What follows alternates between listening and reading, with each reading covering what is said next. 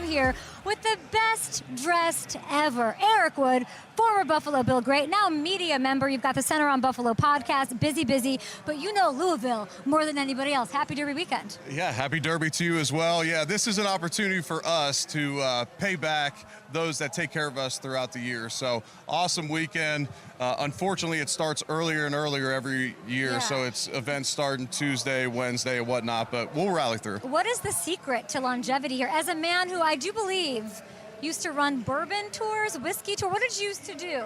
I didn't run them, we just host them. And what's the difference?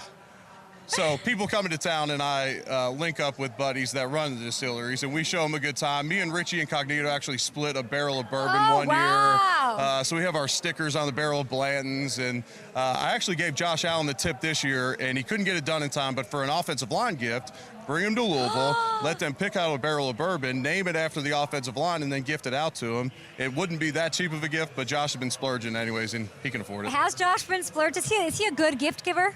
He is a great gift giver. He did something this year, ATVs or something in the past. That's nice. Yeah, he's been very generous. It must be nice playing with those $50 million+ quarterbacks. Has he been to the Derby? Josh came last year with us. He stayed at the house, which my kids, my son took his school picture in a Josh Allen jersey a couple years ago. So for my son and my daughter to be able to experience Josh staying at the house was fun. And Josh was a great sport about it. We hit the winner last year, so Josh was able to make a little money. We played some golf. That's all Josh needs, a little more money. Exactly, you know, exactly. But I think it got him hooked. This year he had a charity event he had to go to this weekend, so he couldn't make it, but we'll try and get him back Maybe next year. Maybe we'll play some bets for our guy here at Churchill Downs. Tell me about, you, Louisville, you've always kept a home here. It's home to you. What makes it so special? It's a great place. It's weekends like this. It's, we host the PGA Championship in a couple weeks. It's a great sports town. From my most recent metrics, we are the biggest city in the country that does not have a professional sports team. So I played for the Louisville Cardinals right down the street. You can see our stadium from Churchill Downs. And so there's a ton of passion around the sports in this town. But between the bourbon, the dining, the golf, it fits me. Yeah, it's not bad. I like your hat. Your hat fits you really well, Thank too. You. The vibes are immaculate. It's a very special year. It's the 150th running of the Roses, of course, here in Churchill Downs in Louisville. As you can tell, I've had a couple sips of this. They keep refilling it. Is that water or is that bourbon? No, it's bourbon, but they keep refilling it, and I don't think that's a good idea. Yeah, that's the glass of wine effect at dinner. You see how? Oh my God! Could I have gotten an apple box? Could someone have given me something to stand on? Can anyone help me in this situation? You are so. Look at this image here. Yeah, not bad. I look like a jockey? Is that what you just said? Listen, right. You cover the flowers, though. That's all that matters. You've never been a jockey, but you've definitely had part ownership in horses. How big of a flex is that, my friend?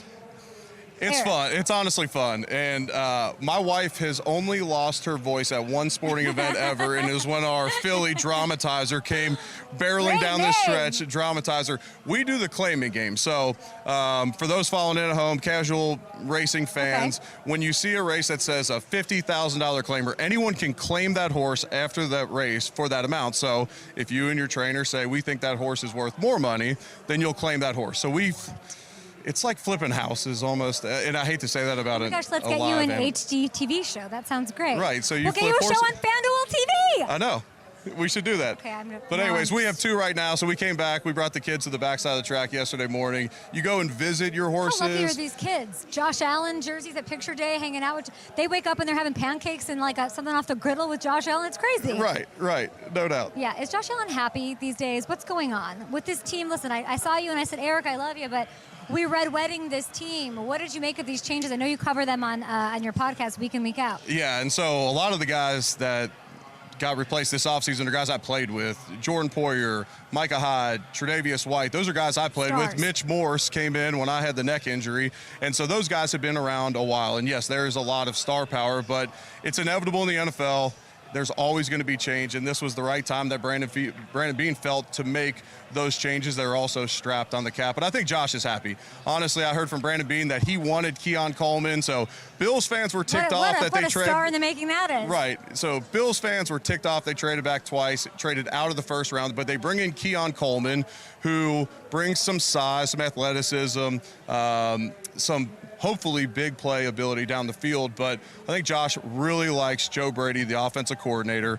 We saw at the end of the season last year that even without Diggs' production, the Bills go on a 5-game win streak, win in the playoffs, have the Chiefs on the ropes, unable to get it done at the end. But I think Josh is happy. If you were to say there's going to be a breakout player on the Bills, I know we're in May 2nd, but if there was a breakout, a go-to receiver, a trusted blanket for him, somebody that he's going to be giving the ball to, or just anybody from the draft, who are you sort of naming as the breakout stud? So right now, the way I look at it, and it's not fair to compare him to Travis Kelce, but Dalton Kincaid could be the feature, similar to how the last 2 years the Chiefs win 2 back-to-back Super Bowls with Travis Kelce as their main target, the tight end, and then some role players at receiver. They have those role guys. We'll see what Keon Coleman becomes. They got Curtis Samuel, Khalil Shakir.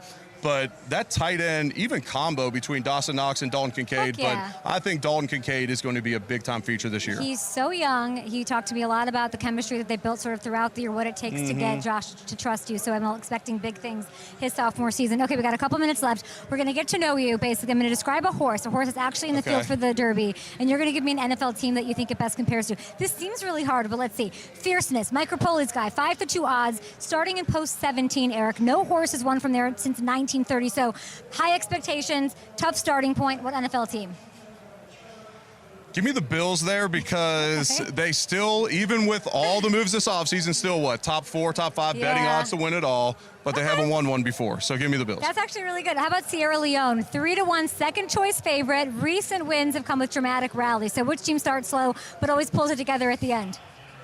Unfortunately for the Bills, the Chiefs. I knew you were going to say that. I know. And yeah, the last 2 years, everyone counts them out about halfway through the season and they end up winning it all. Mystic Dan, currently 20-1 odds. I like that. Mystic Dan's only win came in muddy conditions. So it's a horse that's best in bad environments. What team does that compare to? Best when it's tough. I would probably say the Eagles as of late. Like, they're not pretty. They run the tush push and score half their touchdowns on Jalen Hurts runs. Do they do the tush push without Jason? Come on now. I think so. Really? I think so. And I give Jason a lot of credit for it working, but I also give their quarterback who squats, 650 pounds? Hey, Jalen.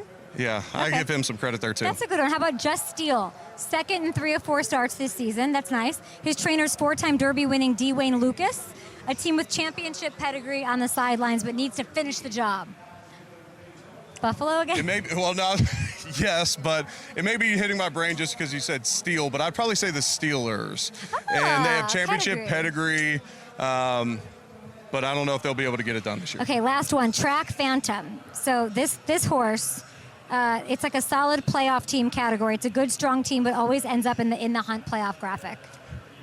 I would say that was us. Oh, you're really good at this. Well, during my tenure with the Bills, until we broke the playoff drought, we were always in the hunt. That was kind of our, the local media, that was the thing. They're always in the hunt. I'll think kind of locally around here, give me the Colts as a team lately have been in the hunt, can't quite get over the hump. I feel like nobody's talking about Anthony Richardson. I low-key like them this year. Yeah, I like him too. I'm slurring my words. And it's the festivities have not even started. They have not even begun yet.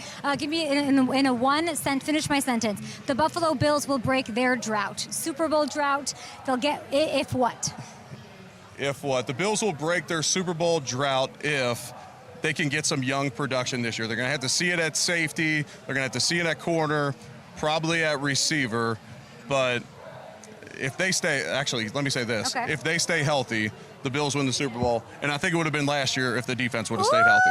Why do I keep drinking this? Okay, Eric Wood, we appreciate you. My I got pleasure. a hat. My amazing producer, who you look like you're in Mumford and Sons. I don't know what is happening here. I play kick drum in Mumford. That's what I do. I don't know what this is. Did you bring me a hat from Forme? Hat made it. Have you been drinking mint juleps all day long? Do a golf cart. Tell me, where is your band? Oh. You leave it in the car. I left it in the Uber. But there you go, Kay. There's your hat.